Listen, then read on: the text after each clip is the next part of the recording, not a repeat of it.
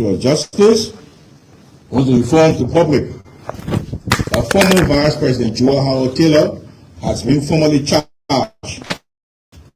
in connection with the ongoing investigation into an alleged transnational narcotics network operating within and beyond the Republic of Liberia.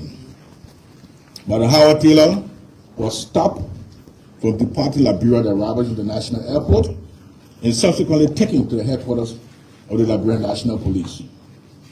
Following investigative procedures and review of the evidence presented by the Joint National Security Investigative Team, she has been charged with the following offenses.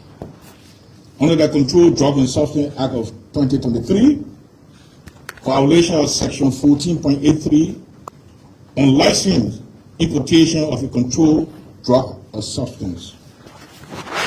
Violation of Section 14.85, unlicensed sale, trading, administration, dispensation, delivery, distribution, dispatch in transit, and transportation of a controlled drug or substance. And violation of Section 14.93, illicit trafficking of a controlled drug or substance. Under Chapter 10 of the Penal Law of Liberia, violation of Section 10.2, criminal solicitation. Violation of Section 10.3, criminal facilitation. A violation of Section 10.4, criminal conspiracy. Under the Anti-Money Laundering and Terrorist Financing Law, violation of Section 15.2, money laundering. The government further announces that the following alleged members and organizers of the same transnational narcotics network have been similarly charged in absentia. 1. Nicola Avensi, a Croatian national. 2. Mehovil Brovik, a Croatian national. And 3. Tara Zeriko, a Ukrainian national. We have the pictures here for your information. We'll be circulating them to the press. The Ministry of Justice will pursue all lawful domestic and international measures necessary to locate, apprehend, and bring these defendants before the courts of the Republic of Liberia. Meanwhile, former Deputy Director of the National Security Agency for Administration, Mr. Gerald Smith, has been called in for questioning in connection with the same investigation. These actions represent a decisive stage in the government's determination to expose and dismantle this network from its roots. We identify and pursue its leadership, financiers, facilitators, transporters, operational coordinators, institutional protectors, and every person who knowingly assisted its activities. No office is too high. No political connection is too powerful. No nationality provides immunity, and no individual is beyond the reach of the law. Transnational narcotics trafficking is not an ordinary criminal enterprise. It is a direct attack upon our national security, public institutions, economy, and the future of Liberia's young people. Any organization that attempts to corrupt public officials, penetrate state institutions, or transform Liberia into a transit corridor for illicit narcotics will face the full and lawful authority of the Republic. Our objective is not merely to seize narcotics or arrest low-level operatives. Our objective is to dismantle the entire criminal infrastructure, its leadership, financing, logistics, protection arrangements, and international connections. We will follow the evidence across institutions, political boundaries, and national borders. There will be no selective justice, political protection, sacred cows, or compromise with organized criminality. Every person against whom credible and admissible evidence is established will be investigated and prosecuted with all fear of political consideration. The government, nevertheless, emphasizes that criminal charges and accusations and do not constitute judgment of guilt. All defendants remain presumed innocent unless and until proven guilty before a court of competent jurisdiction. They are entitled to legal representation, due process, and all constitutional and statutory protections guaranteed under Liberian law. This remains an active and sensitive investigation involving multiple individuals and jurisdictions. The government will therefore not disclose information that could compromise ongoing operations, endanger cooperating persons, or prejudice judicial proceedings. We urge the public, political actors, and media institutions to avoid speculation, intimidation of witnesses, and the publication of unverified information capable of interfering with the investigation. Let there be no misunderstanding. Liberia will not be surrendered to drug traffickers or to those who enable them. We will uproot this network. Several its financial institutional support where the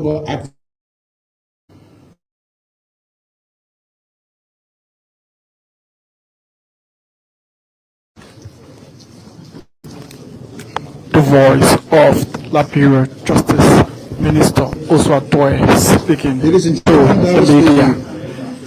And I'm Sir Augustine Mayo Jr. Republic of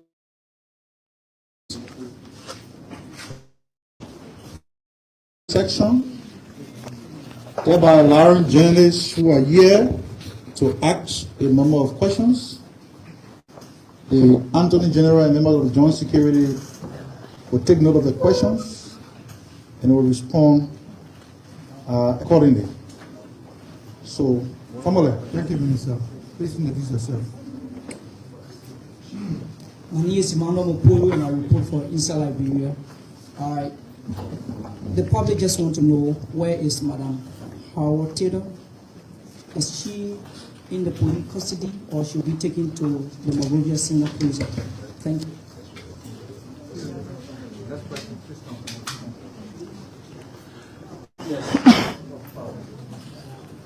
So my name is Prince. I report for Prime FM. So it's a follow to his question. So the public would like to know whether the former Vice President will sleep in jail tonight or will be free to.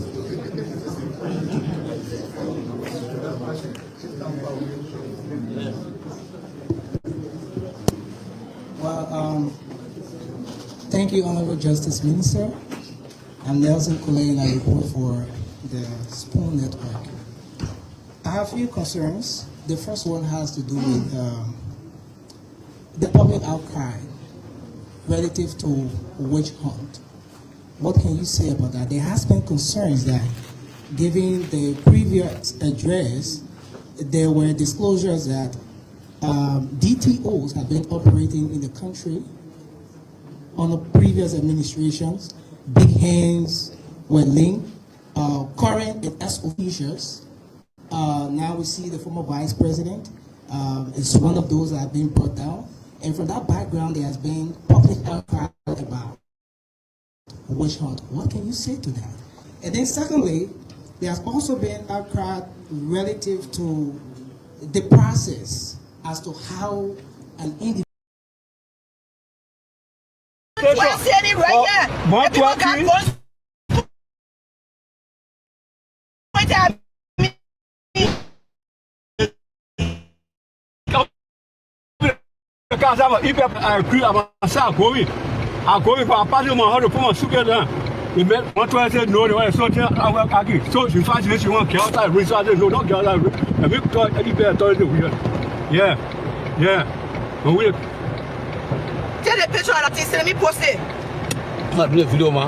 for you, but I'm going to sing a fire. We need a car.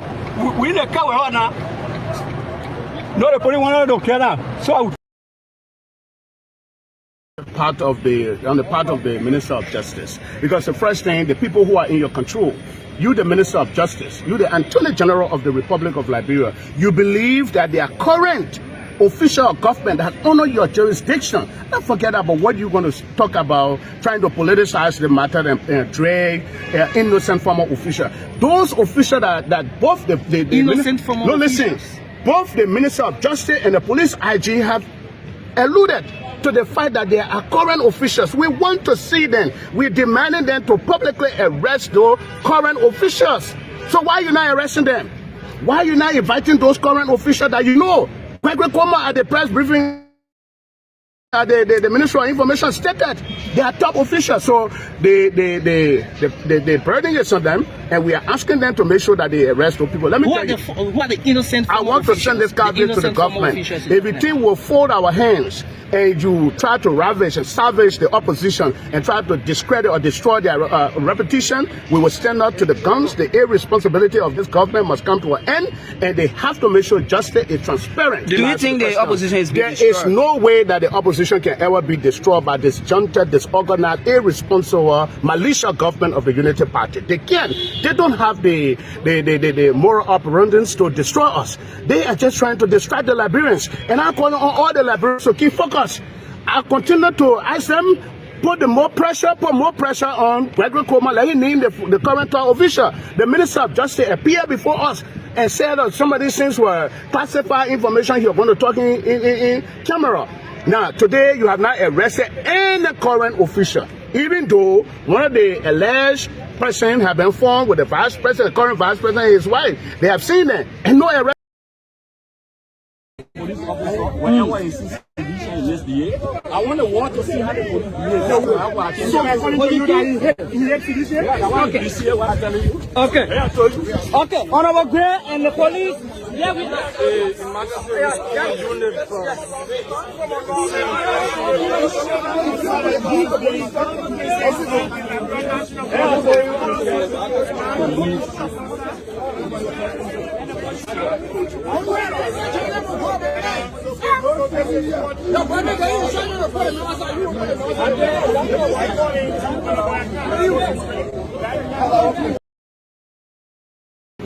Hello, Kamara, welcome to DA News. My name is Wilmot Kunan. I mean, the former vice president is here. What does this mean for the CDC as a whole? Well, CDC is a party of law, right? Whatever the lawyers are there, they will take charge of all the unfolding. So I can't speak to anything I don't have sufficient information on. We saw you so far, Honorable Kamara, from your past former burial, being named person of interest.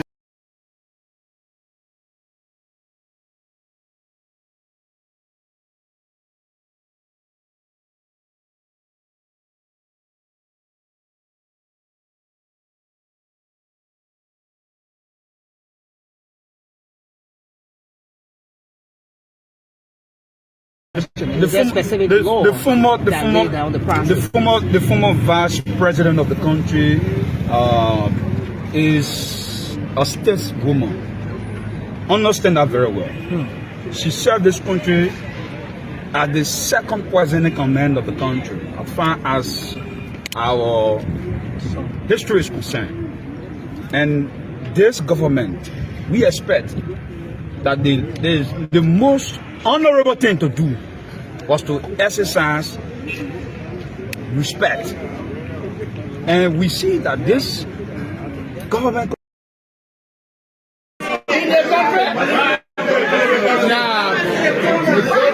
The speaker, the general speaker, they are playing. We were here.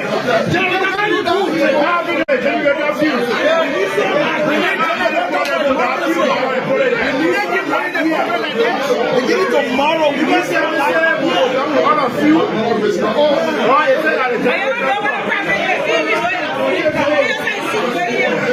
you know what I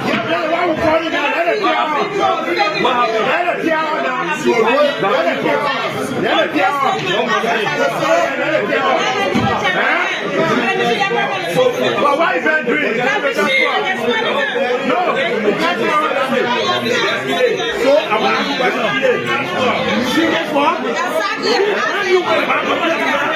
Thought on the issue of the threshold bill that was passed recently, and then a motion of reconsideration was taken by one of our colleagues, which sparked heated debate around here. You know, on the 9th of December 2025, the House of Representatives passed on this bill and sent it to the Senate for concurrence. This bill was crafted following the submission of the 2022 census results, which puts Liberia's population at around 5.2 million plus. And this submission was done to satisfy the constitutional requirements that are enshrined in Articles 80D and 80E. In 80D, it says each constituency shall have an approximately equal population of 20,000 or such number of citizens as the legislature shall prescribe in keeping with population growth.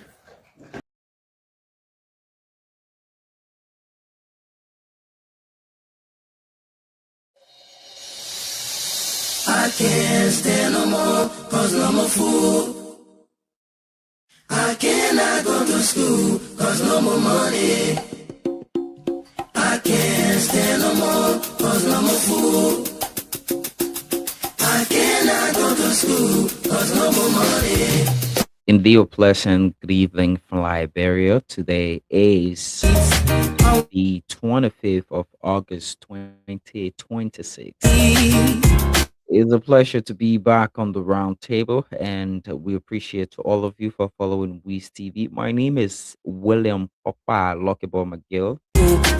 This is the round table, 1 full hour of fascinating discussions from across Liberia, stories that are making headlines across our country.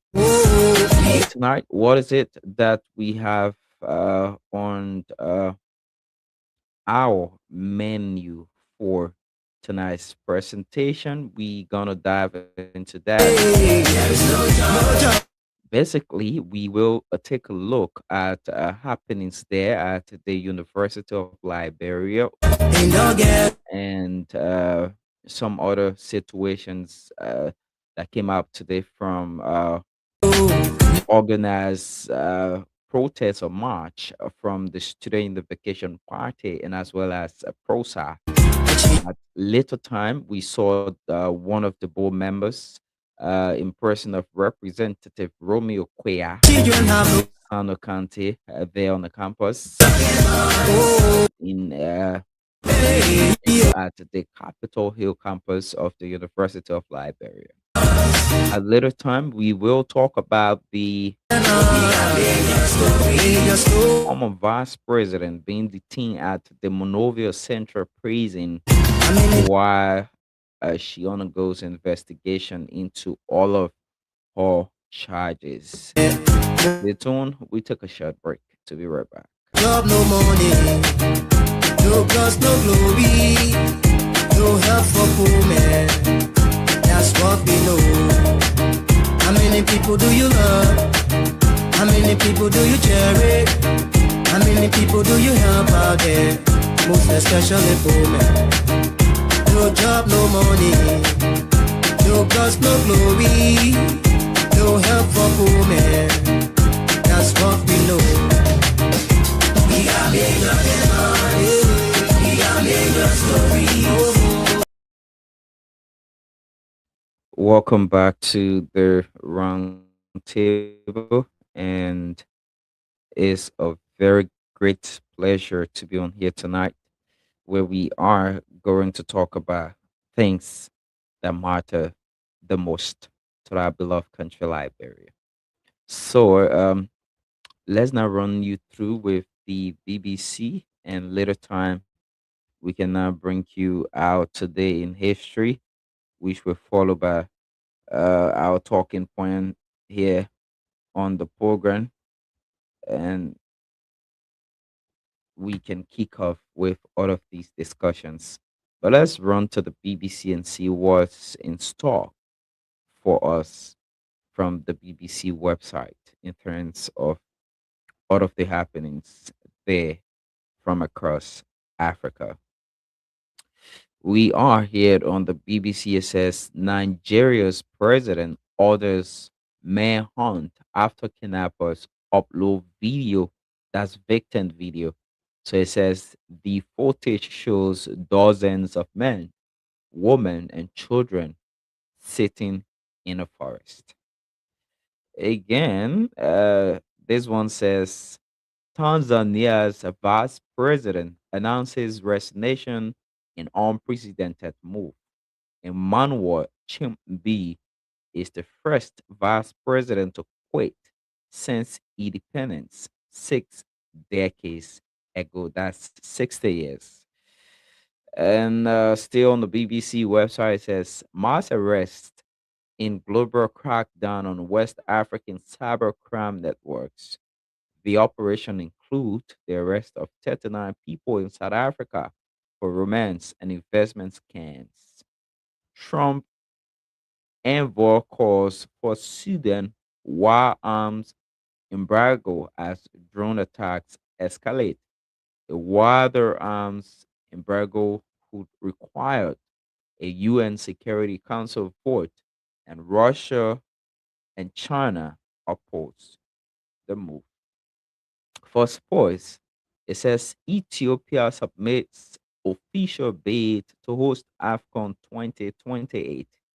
Ethiopia submits a bid to host the 2028 African Cup of Nations despite lacking enough stadiums to host a 2014 tournament.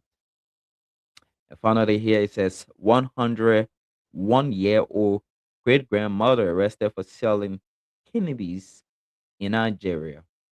Esther Ogumabu is accused of selling retail sachets of a strain of cannabis known as shunkon. That's exactly what we have for you on the BBC. Let's run in with our today in history, and right after that, we can get to our talking points on the program. What is it for us here on the program today in history? August 25th, 1984. That's 1944, August 25th.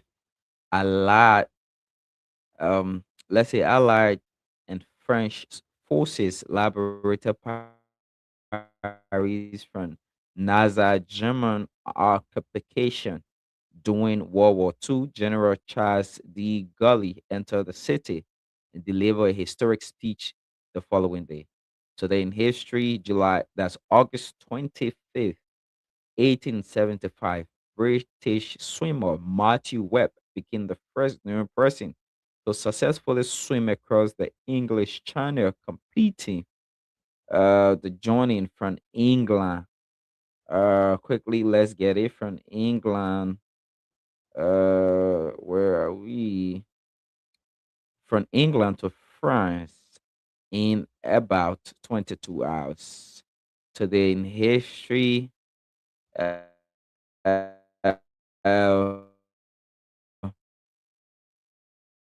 August 25th, spacecraft made its closer approach to Neptune on August 25th, 1989, becoming the first spacecraft to visit the planet.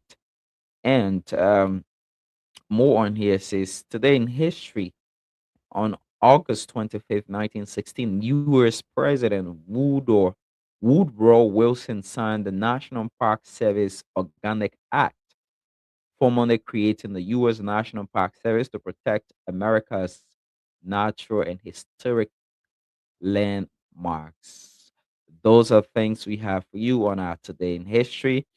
Let's now run up to all of our talking points. It's saddening that we couldn't have been on a program for the past 2 days, for a week, due to some technical issues that we face. We really, really want to apologize to all of our followers of the program, and hopefully, we hoping that we can have Francis on as well if he's available so that he can just fill us in with what's happening there from, you know, the Ministry of Information today, and then we can go ahead. But let's talk about the University of Liberia, right?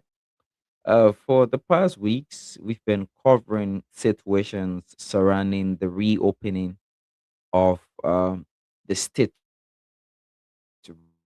university. And let me cue this video in quickly. And okay, and then at a later time of last week, we saw that the president, Dr. Mapaya, was being engaged by a member of the Student Unification Party or member of the Student Unification Party, and later time uh, they express their own grievances in terms of things that they felt or they still feel that the current president of the university is not doing right. We also had issues coming in from the University Faculties Association leadership, speaking about their uh, whatever benefits, NASCOP funds and everything. And that alone has been some serious issue that led to the reopening of school being delayed. And per the university own calendar that was being put up while school was having the July 26th break, uh, they spoke about the reopening of school on today. And we also saw some renovation work on one of the buildings there at the Capitol Hill campus. And some of, let's say, right, it was just about changing the zinc that we were being able to see vividly. And so this is a scene that happened today when SOUP, which is the Student Unification Party, is there at the University of Liberia, spoke to the media about their planned engagement today in terms of calling on all the necessary authorities and the leadership of the University of Liberia to make sure that they can have school reopen, that they are tired sitting home, that they need to get back to classes. We later on saw the just listen to this video, right?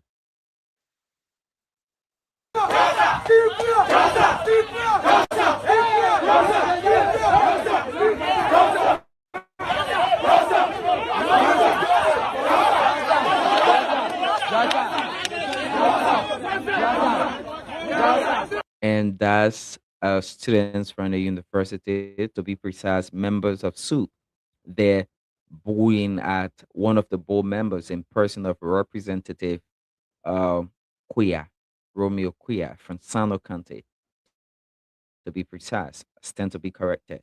And he was basically, touring the campus. And the guy here in the right red shirt was also having a placard calling on the leadership to pay him 4 months' salaries that they owed him.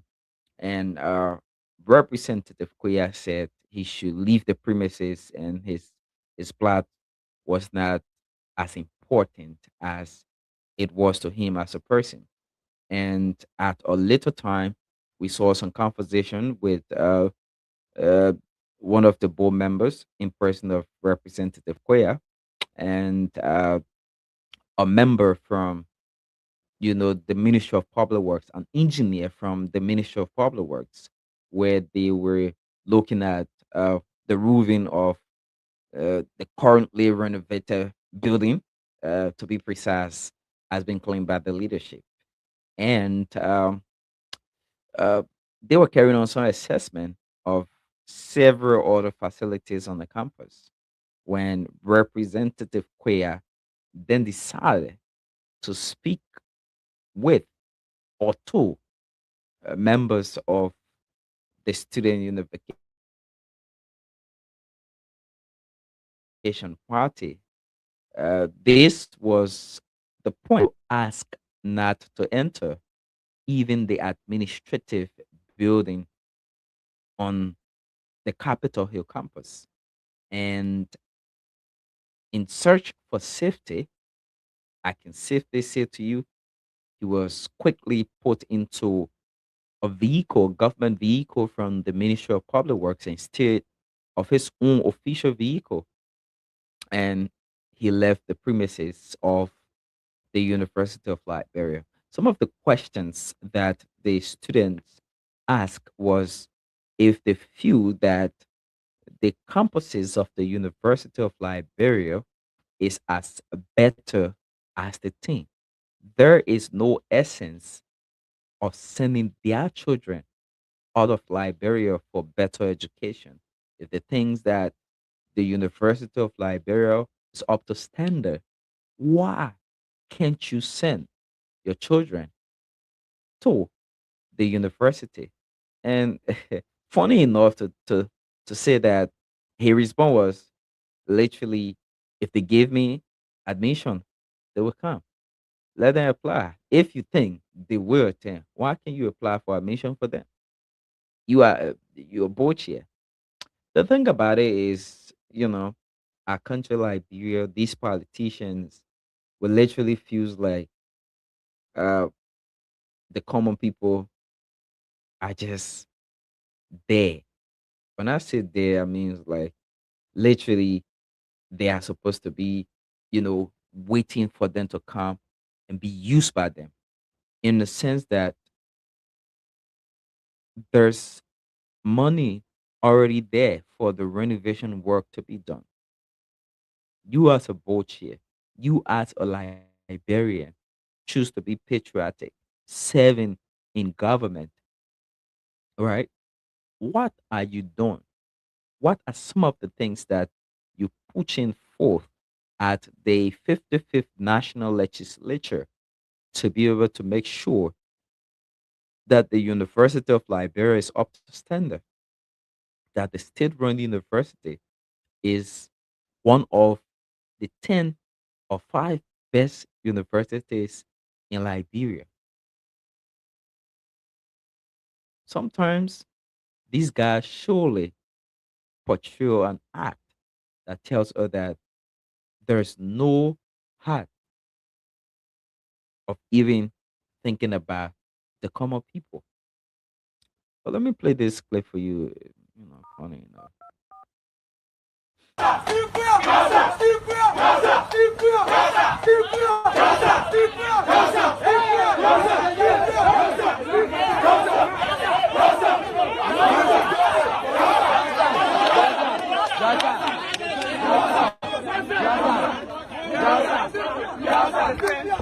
Soups today are asking.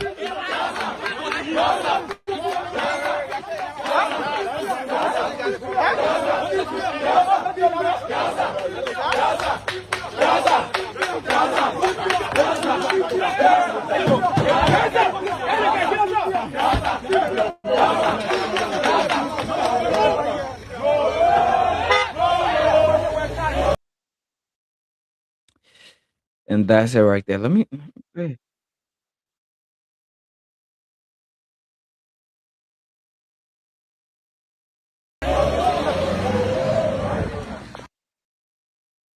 And that's it right there.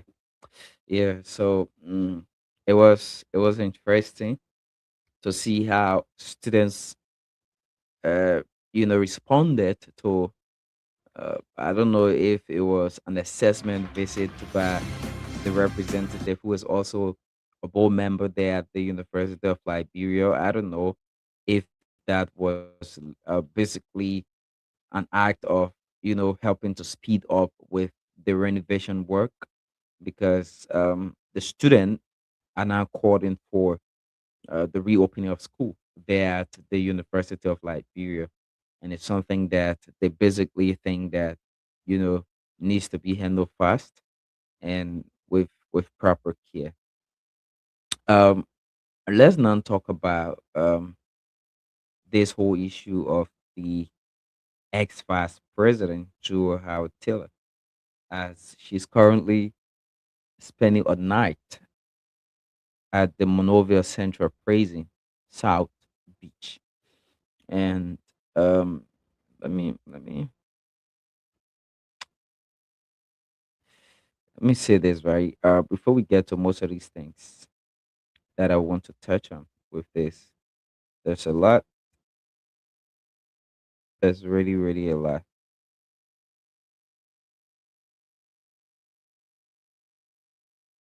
Really, really a lot.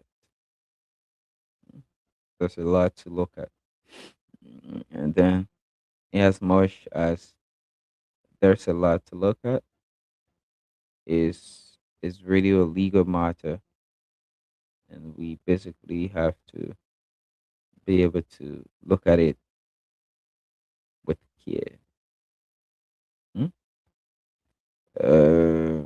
Look at it with care and serious attention. Serious attention. Yeah, serious attention, because if that is not done, people will say, "Oh yeah, yeah, you shouldn't have said this." So, so firstly, before we dive in, listen to the legal counsel of the former vice president, Madam Taylor, and where's the counsel clip? I sure this is it. Yeah, listen to Councilor Finlay Kanga. Now, okay, so that we'll be able to agree the next delegate. I'm now going back to Justice Janet. How long? What's the judgment fair? How long is How long will be here? I've said I've been denied my client. I'm unable to make any statement at this point. What's the judgment fair? I never conferred with a woman so that we will tell the woman what can happiness. But you are a legal practitioner. We are asking you. When someone is brought here, when someone has been brought here as a legal person, how long they should be here? As a legal person. It's actually evil. It's evil. What makes evil? That will go through the situation we are going through right now. What make it evil, counsel? Someone is sick, very sick. Very sick. And so we refer to any problem. Are you regretting the situation? Are you regretting? Are you disappointed? She's sick. Are you disappointed? The medical report said that she's okay. That's the lie. Okay, that's what we heard. That's what we heard. Are you heartless? No. The lady is sick, extremely sick. That's the information that we got. That's the information we got. What did the medical? Was there any document proving that? That's Councilor Finlay Kanga, one of the legal counsel of the former vice president, Jewel Howard Taylor. And he spoke to journalists at the Monrovia Central Prison, where he said that he haven't been given, any chance to speak with his client. And he also said that his client is not that okay in terms of health. And as such, she needed an adequate time to regain her health. And then at which time the case could have proceed with the trial or whatever. So this is so far so good. We just want to go in a little deep with what we want to talk about. So we see that the former vice president, Madam Taylor, she served as former vice president from 2018 to 2024, and she now facing serious criminal charges connected to an alleged transitional narcotics network. So this is what the uh, the indictment says, right? According to police indictment against former Vice President Jewel Howard Taylor, she allegedly received $45,000 from the ringleader of the drug cartel ring in Dubai. They say she used the money to shopping. So this is the earth, sir. And a quote, and I read: after the introduction in the early 2000, that's 2022, defendant Jewel Howard Taylor met Sheikh Basuru Kante, Taraz Zadaroko, and Mahol Vorvik at her Sophie residence located in Congatan, Montserrat County. And it says during the meeting at defendant Jewel Howard Taylor's residence, Taraz and Maholville invited her to travel to Dubai, United Arab Emirates, UAE, to meet with their boss named Nicola Avensi, a Croatian national and a kingpin ringleader, excuse me, of the cocaine transnational crime cartel. It continued.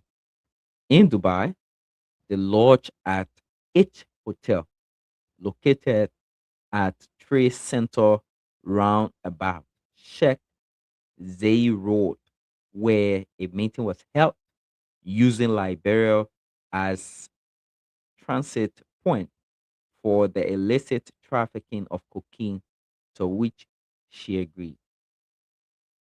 It continued. While defendant Jewel Howard Taylor was in Dubai, she received 45,000 United States dollars from Nicola Avensi for shopping in the presence of Basuru Kante, Taras Zadiroko, and Mahovi Rovek. Upon defendant Jewel Howard Taylor returned to Liberia, she maintained strong ties with the cocaine cartel. She requested and received 75,000 United States dollars from the hierarchies of the cartel through Sheikh Basuru Kante for her entity, Jewel Starfish Foundation. While the cartel continues to import and export cocaine in and out of Liberia, and she maintained constant contacts and engagements with the cartel operating cells of the effect that she again requested and received through Sheikh Basuru Kante the amount of 15,000 United States dollars in August 2026.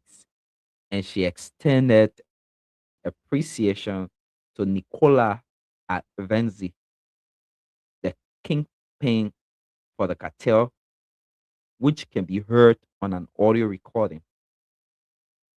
Once, you know, that alone sounds like, you know, a plan, right? You already planned for someone, and basically, uh, you have them all ready and everything, and then you have to roll with the game. Check Basuru Kante. So let's go. Like I said, we take it little by little. That's exactly the indictment there.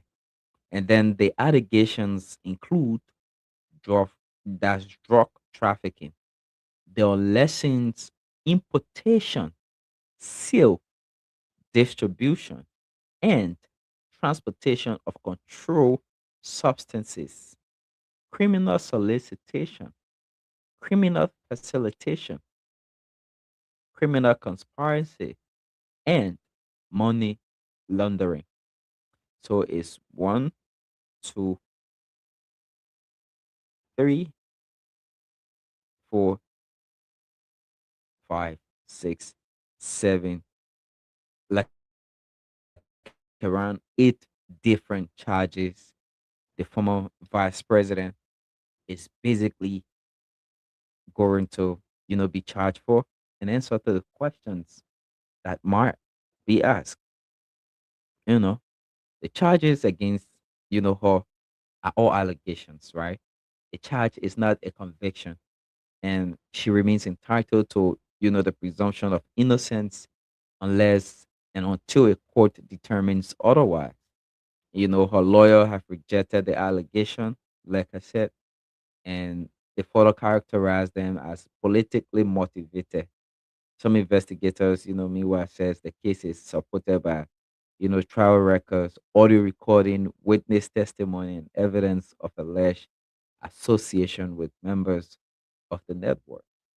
Yeah. So sometimes, basically, what I would say is the fact that if you are doing things like once there's a case against you,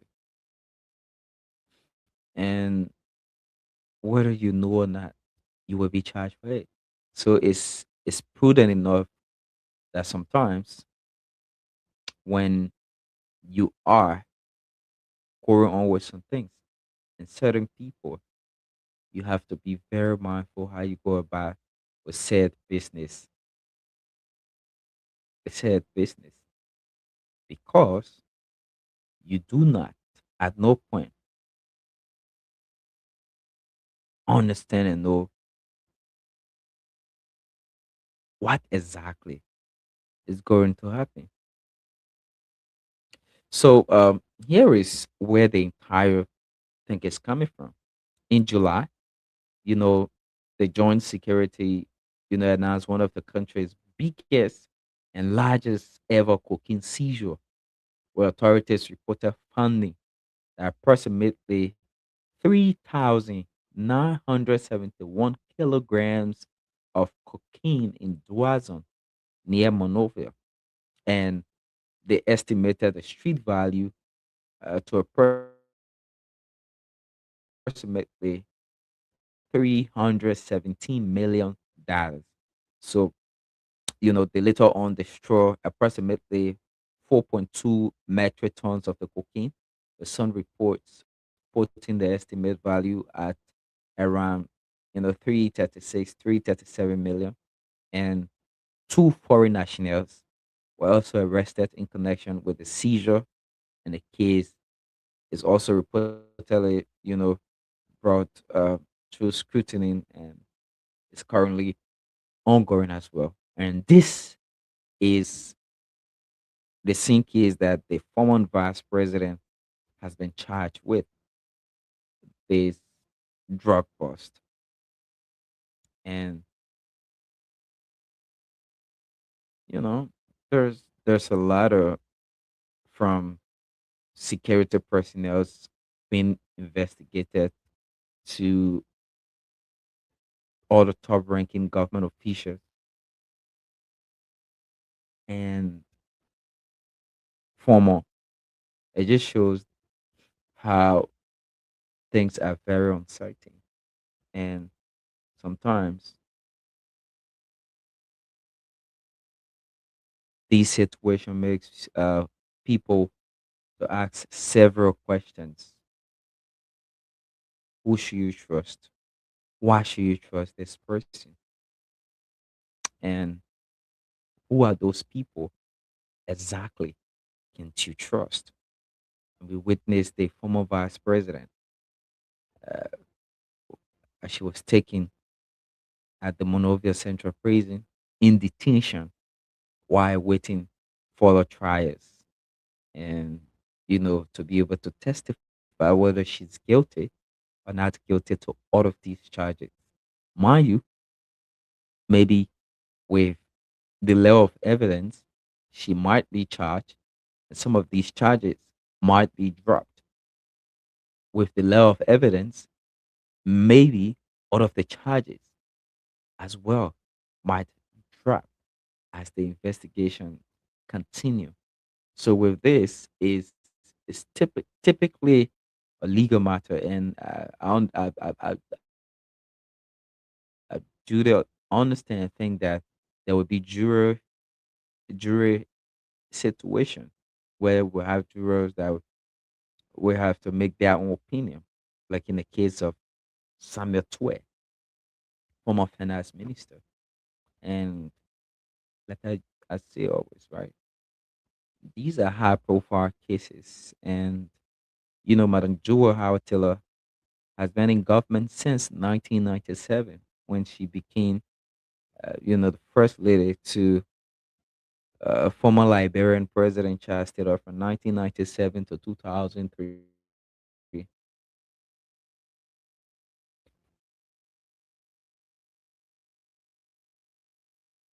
2003, she was the first lady. In 2005, she became actively involved into politics. So, you know, while trying to leave Liberia through the Roberts International Airport on August 19th, she was arrested. Should I say arrested or stopped? I don't know. And she was taken into custody, police custody, and transferred, to the LMP headquarters in Monrovia. And, later time where they announced order for 8 charges, like I said, on lessons, importation of controlled substances, sale and distribution of controlled substances, transportation of controlled substances, drug trafficking, criminal solicitation, criminal facilitation, criminal conspiracy, money laundering. And she's not guilty of any of these crimes yet. The court is the only place that will say, oh, yes, she's guilty of this, not guilty of this, or she's guilty for all of these charges that the police will present. The police is bound with the authority to charge you, and the court carry on its final decision process in terms of whether those charges are legitimate and whether the evidence presented for those charges are sufficient enough for you to be charged for them. So that's something again we should all be able to understand. So take a short break. When we come back, we try to conclude and move on with tonight's presentation of the roundtable.